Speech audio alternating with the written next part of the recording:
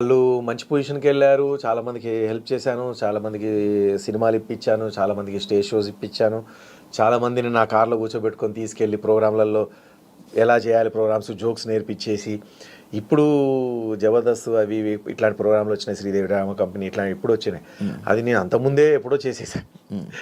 So, ఇద్దరు ముగ్గురు మనుషులను పట్టుకొని పోయేటోని, కామెడియన్స్‌ని పట్టుకొని పోయేటోని, ఆర్టిస్టులను పట్టుకొని పోయేటోని, స్టేజ్ల మీద జుగల్బందీలాగా ప్రోగ్రాంలు చేసేటోని, జోక్స్ చేసేటోని. అట్లా చాలా చేశా. చాలామందిని తీసుకెళ్ళా, చాలా హెల్ప్ చేశా. చాలామంది నీ వల్ల మేము ఇల్లు కట్టుకున్నామని, నీ వల్ల నేను ఇంటి లోన్ తీర్చుకున్నానని, నీ వల్ల నేను కారు కొనుక్కున్నానని, నీ వల్ల నేను ఫ్లాట్ కొనుక్కున్నానని, ఇలా ఎంతోమంది సింగర్సు, ఆర్టిస్టులు చెప్పడం జరిగింది. యాంకర్లు చెప్పడం జరిగింది. ఓన్లీ సంతోషం, దేవుడి దయ వల్ల. అప్పుడున్న ఊపులో పైగా అప్పుడు నేను ఇవ్వడం కూడా ఎలా ఇచ్చేవాడిని అంటే, ఒక ఆర్టిస్ట్కి 25,000 ఇస్తారు ప్రోగ్రామ్కి, స్టేజ్ షోకి తీసుకెళ్తే అంటే నేను 30,000 ఇచ్చేవాడిని. ఒక సింగర్కి 15,000 ఇస్తారంటే 16,000 18,000 ఇచ్చేవాడిని. సో ఎందుకు బాగా డబ్బులు ఉన్నాయని కాదు, ఏంటంటే మనం మళ్ళీ పిలిచినప్పుడు వాళ్ళు మనకు ఇంపార్టెన్స్ ఇచ్చి చాలా బాగా, వాళ్ళు కూడా హ్యాపీగా చేశారు ప్రోగ్రామ్, బాగా సక్సెస్ చేశారు, నా పేరు నిలబడింది, 2,000 ఎక్కువ ఇస్తే తప్పే ఉంది అనే టైప్లో వెళ్ళిపోయేవాడిని. అప్పుడు నేను మళ్ళీ బ్యాచులర్ని, నాకేమి డబ్బుతో పని లేదు. కానీ ఇట్లా ఉంటుంది సమాజం, డబ్బులు చాలా అవసరము, ల్యాండ్స్ కొనుక్కోవాలి, తర్వాత పెళ్ళి అయ్యేటప్పుడు పెళ్లి కూతురు వాళ్ళ నాన్న మీకేముంది అని అడుగుతాడు, ఇవన్నీ మనకు తెలియదు కదా. సో అసలు ఏమీ లేని స్థాయి టక్కన అట్లా వచ్చేసరికి, టక్కన అంటే టక్కనేం రాలేదులేండి, కానీ కష్టపడుతూనే వచ్చాను. కానీ ఈ ఆస్తులు పాస్తులు అనేవి ఉండాలి, ల్యాండ్లు కొని పెట్టుకుంటే మళ్ళీ తర్వాత అది మనకు అన్నం పెడుతుంది, తర్వాత మన పిల్లలకి అక్కడికి వస్తుంది అనేది ఆలోచన లేదు. ఇలాగే ఉంటుంది ఎప్పుడు జీవితం అన్న ఆలోచనలో ఉన్నాను. Sivareddy okay, number 1 mimicry artist, చలో సినిమాలు చలో అంటే నేను, నాకు ఊపిరి, నా కాళ్ళు చేతులు ఆడినంత కాలం నేను సినిమాలో యాక్ట్ చేసుకుంటూ ఉంటాను, ఇలాగే ప్రోగ్రామ్ చేసుకుంటూ ఉంటాను అని అనుకున్నా. ఆ ఆలోచనలో ఉండేది మైండ్ సెట్. అప్పుడు కాదురా అయ్యా, ఒక టైం వరకే నీకు ఒక పొజిషన్ వస్తుంది, అప్పుడే జాగ్రత్త పడాలి, అప్పుడే ఇల్లు దీపం ఉన్నప్పుడే ఇల్లు చక్కగా పెట్టుకోవాలి అనేది అంత ఆలోచన లేకుండే. సో అట్లా కొంచెం నేను పెద్దగా డబ్బుకు ప్రాముఖ్యత ఇవ్వలే. సో కష్టపడ్డాను, మరి అలాంటప్పుడు నువ్వు డబ్బుకు ప్రాముఖ్యత ఇవ్వకపోవడం ఏంది, అంత కష్టాల నుంచి వచ్చావు కదా, రూపాయికి 2 రూపాయలకు కూడా ఏడ్చావు కదా, అన్నానికి ఏడ్చావు కదా అని అనుకోవచ్చు. కానీ కష్టపడ్డాను, డబ్బు వాల్యూ తెలుసు. కానీ నాకు ఎట్లా అంటే అవతల వాళ్ళ బాధలు నా కష్టానికంటే ఎక్కువ మొగ్గు చూపించేవాడిని అనమాట. అందుకని నా దగ్గర ఏమున్నా ఇచ్చేసేవాడిని, దీని విలువ తెలియక కాదు, అంతే. సో అట్లా చేసేసాను. బట్ అన్న, ఇప్పుడు నువ్వు నార్మల్గా వేరే డైరెక్టర్ల దగ్గరికి కానీ సినిమా అవకాశాల కోసం వెళ్తావా, అడుగుతావా? ఎందుకు వెళ్ళాలి, చాలాసార్లు వెళ్ళాను, వెళ్తూ ఉంటాను, ఫోన్లలో టచ్లో ఉంటాను. కొంతమంది నెక్స్ట్ ఇయర్ నెక్స్ట్ సినిమా అంటూ ఉంటారు. కొంతమంది రెస్పాండ్ అవ్వరు, మళ్ళీ వాళ్ళ సినిమా ఫెయిల్ అయిన తర్వాత వెంటనే రెస్పాండ్ అవుతుంటారు. వాళ్ళు సినిమా షూటింగ్ చేస్తున్నంత రోజులు రెస్పాండ్ అవ్వరు. మళ్ళీ వాళ్ళ సినిమా సూపర్ డూపర్ సక్సెస్ అయిపోయిన తర్వాత ఎక్కడనో మళ్ళీ ఏదైనా ఫంక్షన్లో కలిసినప్పుడు, అరే కలవాల్సింది ముందుగా, మన దానిలో మంచి క్యారెక్టర్ ఉండే అని అంటూ ఉంటారు. ఇట్లా రకరకాలు నడుస్తుంటాయి భయ్యా. కానీ అడుగుతారు, మీరైతే మీ ద్వారా నేను ఎప్పుడు అడుగుతూనే ఉంటాను. టీవీ షోస్ అంటే ఇంకా అంతకుముందు పోయి అడిగినంతగా ఇప్పుడు అడగట్లేదు. ఎందుకంటే ఎక్కడికి పోయినా కూడా, ఏ ఆఫీస్ పోయినా మీరు ఎందుకు వచ్చారు భయ్యా, మీరు రావడం ఏంటి, మీరు ఫోన్ చేస్తే అయిపోయేది కదా సార్కి అని చెప్పేసి కింద ఉన్న వాళ్ళు డైరెక్ట్ పోయి డైరెక్టర్ ప్రొడ్యూసర్ గారినో అడిగితే, నువ్వేంటన్నా, నువ్వెందుకు వచ్చావన్నా, అరే ఒక ఫోన్ కాల్ చేస్తే అయిపోయేది కదా, నువ్వు టచ్లో ఉండి చెప్పేస్తాను, నీకెందుకు, నేను చెప్తాను అని చెప్పేసి అంటారు. పోతే ఒక బాధ, పోకపోతే ఒక బాధ. ఇంకా ఇది ఎంత సతమతంగా ఉంది భయ్య, ఏం చేయాలో అర్థం కాక, సరే చూద్దాం, మనం పడే కష్టం మనం పడుకుంటూ పోదాం.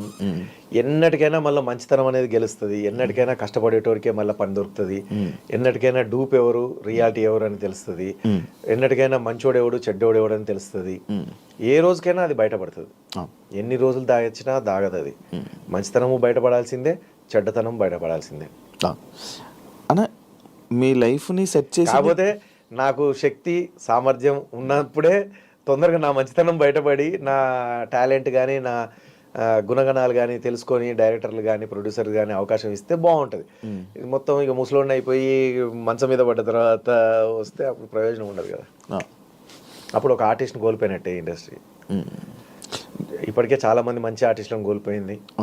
బ్యాక్ పిచ్చింగ్ జరుగుతుందా అన్న మీ దాంట్లో? వెనకతల నుంచి మాటలు, వెనకతల నుంచి తొక్కడాలు అలాంటివి ఉన్నాయా? ప్రతి దాంట్లో ఉంటుంది. నీ దాంట్లో లేవా? శివారెడ్డి గారు వస్తున్నారు ఇంటర్వ్యూ చేయాలంటే అమ్మ నేను చేస్తా, ఆయన ఎందుకు నేను చేస్తా అని చెప్పేసి ఇట్లా చాలా మంది ఉంటారు. అట్లాగే ఇంకొకరికి ప్రమోషన్ ఇస్తున్నామంటే ఆయనకి ఎందుకు, ఈయన ఉన్నాడు కదా, ఈయన బాగానే ఉన్నాడు కదా, ఈయనకి ఇవ్వచ్చు కదా ప్రమోషన్ అని ఉన్న వాళ్ళు ఉంటారు. ఒక సినిమాలో ఒక క్యారెక్టర్ ఒకరికి ఇస్తున్నామనంటే ఎందుకులే నా పక్కన వీడు బాగుంటాడు వాడిని పెట్టు, వీడిని ఎందుకు వీడొద్దు వాడిని పెట్టు అని చెప్పేసి వాళ్ళకి లింక్ ఉన్న వాళ్ళకి పెట్టించుకుంటూ ఉంటారు. నేను జరుగుతూ ఉంటాయి. ఉంది చాలా ఉంది తెలుగు ఇండస్ట్రీలో. ఎందుకు తెలుగు ఇండస్ట్రీ అని ఏ ఇండస్ట్రీలోనే ఉంది, ఇంకా తెలుగు ఇండస్ట్రీలోనే ఎక్కువ ఉందని అనుకోవచ్చు. అవునా? నీకు అనుభవం ఏమైనా ఉందా? ఒకటి ఏమైనా? చాలా ఉన్నాయి. ఒక్కటే ఉంది, చాలా ఉండబట్టే కదా నేను ఇంకా ఇక్కడే ఉన్నాను. లేదంటే మంచి పొజిషన్లో ఉండేను.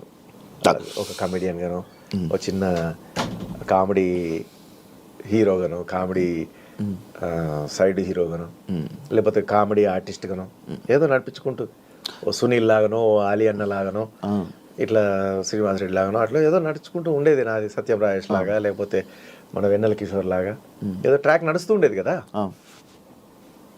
కాదన్న, ఇది దూకుడు సినిమా తర్వాత నేను యాక్చువల్ కమ్బ్యాక్ అనుకున్నా. అందరూ అనుకున్నారు.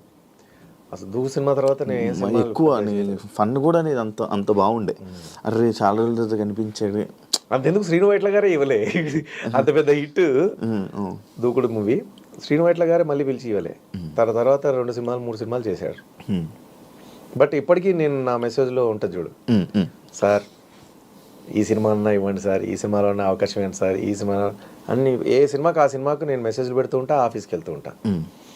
రైటర్ గోపి మోహన్ గారు ఉన్నారు, ఆయనకు కూడా చెప్తుంటాను, సార్కి చెప్పండి ప్లీజ్ ఏదన్నా చిన్న క్యారెక్టర్ 1 డే క్యారెక్టర్ ఉన్నా సరే శ్రీను వైట్ల గారు చెప్పండి. గోపి మోహన్ అన్నకి ఇప్పటికి మెసేజ్లు పెడుతూ ఉంటా. ఇప్పటికి నిన్న మొన్న కూడా పెట్టా, new year happy new year అని చెప్పి పెడితే, ఈ ఇయర్ నీకు అద్భుతంగా జరగాలని కోరుకుంటున్నాం బ్రదర్, చాలా సినిమాలు చేయాలా, నువ్వు ఇంకా మంచిగా బ్రహ్మాండంగా ఉండాలి, మంచి పొజిషన్లో ఉండాలి, అసలు నీలాంటి మంచి వ్యక్తి, నీలాంటి హెల్పింగ్ నేచర్, నీలాంటి టాలెంటెడ్ అని చెప్పి చెప్తా ఉంటే, ప్రతి సంవత్సరం ఆశతోనే బతుకుతున్నాను సార్ అంతే. ప్రతి సంవత్సరం ఆశతోనే బతుకుతున్నాను సార్, ప్రతి సంవత్సరం మీరు చెప్పిన ఆ మాటలతోనే కడుపు నింపుకొని బతుకుతున్నాను సార్ అని చెప్పేసి పెట్టా. లేదు ఈ సంవత్సరం ఖచ్చితంగా చెప్తాను, ఎక్కడ అవకాశం ఉన్నా చెప్తాను అన్నాడు. మేబీ వాళ్ళ ప్రయత్నాలు కూడా వాళ్ళు చేస్తూ ఉండొచ్చు, మన రాత బాగాలేనప్పుడు మనం ఏం చేస్తాం అన్న. యాక్చువల్లీ శివారెడ్డి అన్న అంటే లైఫ్ సెట్ చేసింది మిమిక్రీ కాదని అనలేదు, కానీ అదే మిమిక్రీ వల్ల యాక్టింగ్ అవకాశాలు తగ్గడం జరిగింది అని అంటే యాక్సెప్ట్ చేస్తావా అన్న? మేబీ అట్లా కూడా ఉంటాయి, కానీ ఇప్పుడు ప్రభుదేవ్ గారు డ్యాన్స్ మాస్టర్ అట్లా అని చెప్పేసి హీరోగా రానివ్వలేదా? ఆర్పి పట్నాయక్ గారు ఉన్నారు, ఆయనను హీరోగా రానిచ్చారు. మనం మ్యూజిక్ డైరెక్టర్ అని చెప్పేసి మ్యూజిక్ డైరెక్టర్ పక్క పెట్టలే కదా. ఆ లెక్కను తీసుకుంటే బ్రహ్మానందం గారు కూడా మిమిక్రీ ఆర్టిస్టే. సో ఆయన బ్రహ్మాండంగా వచ్చారు. జూనియర్ వేణుమాధవ్ భయ్య కూడా మిమిక్రీ ఆర్టిస్ట్, ఆయన అద్భుతంగా చాలా సినిమాలు చేశారు. కాకపోతే మీరు అన్నట్టుగా వీళ్ళకంటే మిమిక్రీ ఆర్టిస్ట్గా నన్ను అంటే యాక్టింగ్ స్కేల్ని ఎక్కువ డామినేట్ చేసేసింది. సినిమాల్లో నాకు వచ్చిన పేరు కంటే మిమిక్రీ ఆర్టిస్ట్కి వచ్చిన పేరు చాలా పెద్ద ఎక్కువ. సో అందుకని చాలా మందికి ఏంటంటే మిమిక్రీ అన్నప్పుడు మాత్రమే నేను గుర్తొస్తున్నాను, యాక్టింగ్ అన్నప్పుడు వీళ్ళలో యాక్టింగ్ స్కేల్స్ ఉన్నాయి అన్నది గుర్తు రావట్లేదు. ఇక్కడ మిమిక్రీ ఆర్టిస్ట్ అనేది డామినేట్ చేస్తుంది యాక్టింగ్ని, యాక్టింగ్ స్కిల్స్ని డామినేట్ చేస్తున్నట్టు. సో నీకు ఒక అవకాశం ఉంది అంటే ఏం చేస్తున్నావు అంటే ఆ క్యారెక్టర్కి ఎవరు పలానా కామెడియన్ పిలుద్దాం అన్న ఆలోచన పోతుంది. నీకు ఒక మిమిక్రీ ప్రోగ్రామ్ అవసరం ఉంది అనేసరికి ఆ పలానా శివారెడ్డి పిలుద్దాం అని ఉంటుంది. సో అట్లా మిమిక్రీ అనేసరికి నేను గుర్తొస్తున్నాను కావచ్చు, యాక్టింగ్ అనేసరికి నేను గుర్తు రాకుండా వేరే ఆర్టిస్టులు గుర్తొస్తారు కావచ్చు అని అనిపిస్తుంది. సో అట్లా జరిగి ఉండొచ్చు, అట్లా కూడా అయ్యి ఉంటుంది, మేబీ అయ్యి ఉండొచ్చు.